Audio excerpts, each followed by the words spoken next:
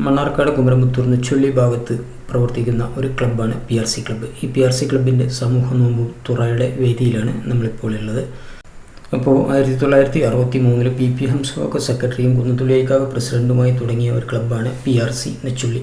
ഇപ്പോൾ നിലവിലുള്ള ഇതിൻ്റെ സെക്രട്ടറി നെച്ചുള്ളി ജുനൈസ് തോട്ടാശ്ശേരി പ്രസിഡൻറ്റുമായിട്ടാണ് ഇപ്പോൾ ഈ ക്ലബ്ബ് മുന്നോട്ട് പോയിക്കൊണ്ടിരിക്കുന്നത്. ഒരുപാട് മാതൃകാപരമായ പ്രവർത്തനമെല്ലാം കാഴ്ചവെച്ചുകൊണ്ടാണ് ഈ ക്ലബ്ബ് ഇപ്പോൾ മുന്നോട്ട് പോയിക്കൊണ്ടിരിക്കുന്നത്. അതിൻ്റെ സമൂഹ നോമ്പ് തുറയാണ് ഇന്ന്.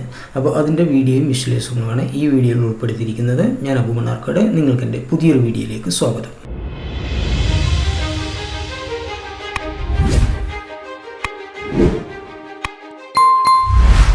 പോലീസ് ഓഫീസർ ഇക്ബാൽ സാറാണ്. അവരെ ഈ വേദിയിലേക്ക് സ്വാഗതം ചെയ്യുന്നു. അതുപോലെ തന്നെ നമ്മുടെ ഈ എളിയ ക്ഷണം സ്വീകരിച്ച് എത്തിയിട്ടുള്ള CPMൻ്റെ പ്രതിനിധിയും അതിലുപരി നമ്മുടെ എല്ലാം മാഷുമായ മുൻ മെമ്പറുമായ പഞ്ചായത്ത് മെമ്പറുമായ നമ്മുടെ ഹബീബ് ഖാനെ ഈ വേദിയിലേക്ക് സ്വാഗതം ചെയ്യുന്നു. അതുപോലെ തന്നെ നമ്മുടെ നെച്ചുള്ളി ചെറിയ പള്ളിയിലെ ഖാദി ഉസ്താദ് സനൂബ് ഉസ്താദിനെയും ഈ വേദിയിലേക്ക് സ്വാഗതം ചെയ്യുന്നു. അതുപോലെ തന്നെ നമ്മുടെ ഈ നാട്ടിലെ കാരണവരും അതുപോലെ തന്നെ നമ്മുടെ കുഞ്ഞാബ് ഉസ്താദ് അവരുകളെ ഈ വേദിയിലേക്ക് സ്വാഗതം ചെയ്യുന്നു.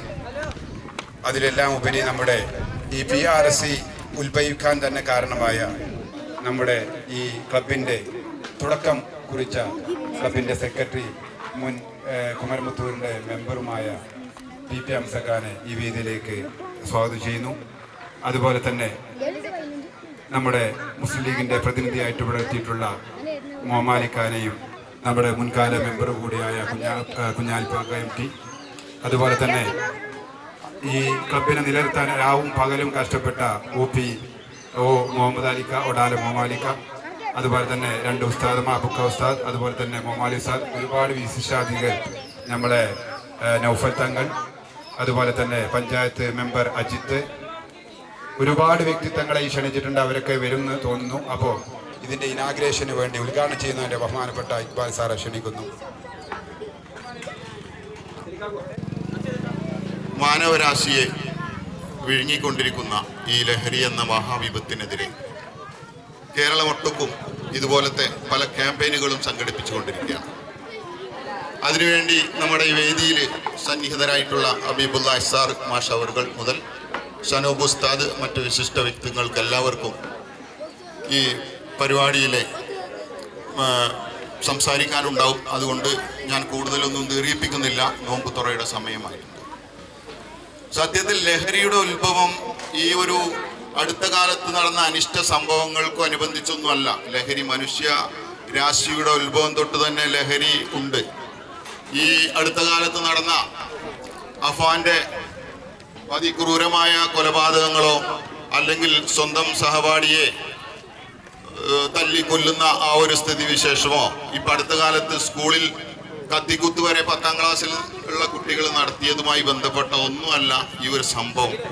വളരെ മുമ്പ് തന്നെ ഉണ്ട്. പക്ഷേ ഇത് വീടിൻ്റെ അകത്തളങ്ങളിലേക്ക് അതിഭീകരമാം വിധം വന്നു തുടങ്ങിയത് ഇപ്പോഴാണ്.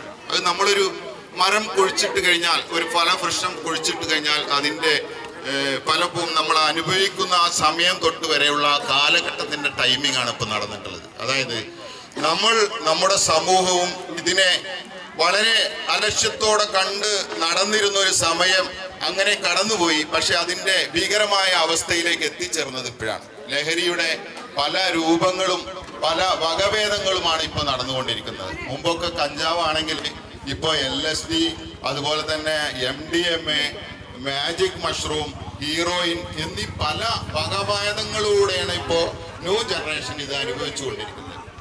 ഇതിലൊക്കെ പല രീതിയിലും നമ്മുടെ ക്ലബ്ബുകളും അതുപോലെ തന്നെ SPC പോലത്തെ യൂണിറ്റുകളും അതുപോലെ തന്നെ മറ്റ് സംഘടനകൾ, മത രാഷ്ട്രീയ ഭേദമന്യുള്ള സംഘടനകൾക്കൊക്കെ മഹത്തായ പങ്ക് വഹിക്കാൻ ഇതിൽ കഴിയും എന്നുള്ളത് വളരെ. അപ്പോൾ നമുക്ക് വരും കാലങ്ങളിൽ ഈ ഒരു കൂട്ടായ്മ കൊണ്ട് ഇത് അവസാനിപ്പിക്കാതെ വരും കാലങ്ങളിൽ നമുക്ക് ഇതിൻ്റെ ആഫ്റ്റർ ഇഫക്റ്റ് കൊണ്ട് ഇതിനെ തരണം ചെയ്യാൻ വേണ്ടി എന്ത് ചെയ്യാനാവും എന്നുള്ളത് കൂടി ആലോചിച്ച് ബാക്കി കാര്യങ്ങൾ തീരുമാനിച്ച് മുന്നോട്ട് പോകണമെന്നാണ് എനിക്ക് അടിയന്തരമായി പറയാനുള്ളത്. ബഹുമാന്യരെ, പ്രിയപ്പെട്ടവരെ, ദീർഘമായി സംസാരിക്കുന്നില്ല. നമുക്കറിയാം, നമ്മളിന്ന് നോമ്പ് തുറയ്ക്ക് വേണ്ടിയാണ് ഇവിടെ ഒത്തുകൂടിയിട്ടുള്ളത്. യഥാർത്ഥത്തിൽ ഇത്തരം സൗഹൃദങ്ങളും ഒത്തുകൂടലുകളും തന്നെ നാട്ടിൽ നടക്കുന്ന എല്ലാ തിന്മകൾക്കുമെതിരായിട്ടുള്ള പോരാട്ടമാണ്. അങ്ങനെയാണ് നമ്മൾ കാണുന്നത്.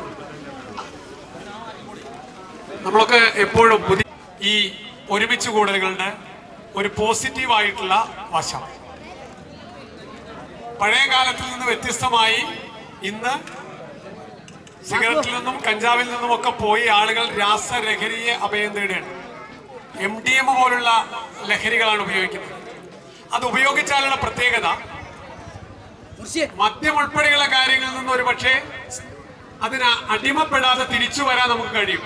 ചില ആളുകളൊക്കെ വിശേഷ ദിവസങ്ങളിൽ മദ്യപിക്കുന്നവരുണ്ട്, ചില പ്രത്യേക ചടങ്ങുകൾ മദ്യപിക്കുന്നവരുണ്ട്. അതൊന്നും ഒരു അഡിക്ഷൻ എന്ന് പറയാൻ വേണ്ടി കഴിയില്ല. പക്ഷെ രാസലഹരി ഉപയോഗിച്ചു കഴിഞ്ഞാൽ അതിൽ നിന്ന് തിരിച്ചു നടക്കാൻ പ്രയാസമാണ്. ആ ലഹരി ഉപയോഗിക്കുന്നവർ ഒരു പ്രത്യേക മാനസികാവസ്ഥയിലേക്ക് മാറുന്നു എന്നാണ്. പിന്നീട് ഒരു മാനസിക രോഗത്തിന്റെ അവസ്ഥയിലേക്ക് മാറുകയും കാണുന്നവരെല്ലാം തന്റെ ശത്രുക്കളാണ് എന്ന തോന്നൽ ഉണ്ടാകുകയും ചെയ്യുന്ന ഒരു ഭയം അവനെ ഭരിക്കുന്നു എന്നാണ്. അപ്പൊ ഞാൻ അവന്റെ മുന്നിലൂടെ നടന്നു പോയാൽ അവൻ വിചാരിക്കാൻ ഞാൻ അവനെ ആക്രമിക്കാൻ വേണ്ടി പോവുകയാണ്. അതാണ് നിരപരാധി ആളുകൾ ബസ് സ്റ്റാൻഡിൽ നടന്നു പോകുമ്പോഴും രാസലഹരിയിൽ അടിമപ്പെട്ട ആളുകൾ അവരെ തലക്കടിച്ചു കൊല്ലുന്നത്. അതാണ് സ്വന്തം അമ്മയെയും സഹോദരങ്ങളെയും ഒക്കെ ആക്രമിച്ച് കൊലപ്പെടുത്തുന്നത്. കാരണം അവരൊരു അപ്പൊ നമ്മൾ എന്താ ചെയ്യേണ്ടത്? നമ്മുടെ ഗ്രാമങ്ങളിൽ ഉൾപ്പെടെ പടർന്നു പിടിച്ചിരിക്കുന്ന ഈ വിപത്തിനെതിരെ എവിടെയാണോ നമുക്ക് വിവരം കിട്ടുന്നത് അത് കൃത്യമായി ബന്ധപ്പെട്ടവർക്ക് കൈമാറണം.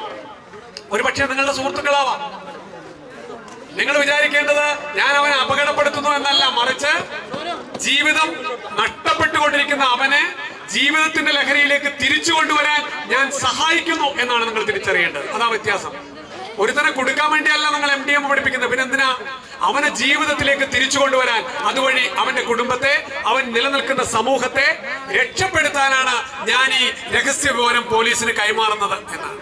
അങ്ങനെ നമ്മുടെയൊക്കെ പ്രദേശങ്ങളിൽ ഇതിന്റെ കണ്ണികളുണ്ടെങ്കിൽ ആ കണ്ണികളെ തുറന്നു കാണിക്കാനും അവരെ നിയമത്തിന് മുമ്പിൽ കൊണ്ടുവരാനും പുതുതലമുറയെയും വരുന്ന തലമുറയെയും ഈ മഹാവിപത്തിൽ നിന്ന് രക്ഷിക്കാനും ഒക്കെ നമുക്ക് കഴിയണം. അതിന് നേതൃത്വം കൊടുക്കേണ്ടത് ഇത്തരം സന്നദ്ധ സംഘടനകളാണ്, ക്ലബ്ബുകളാണ്.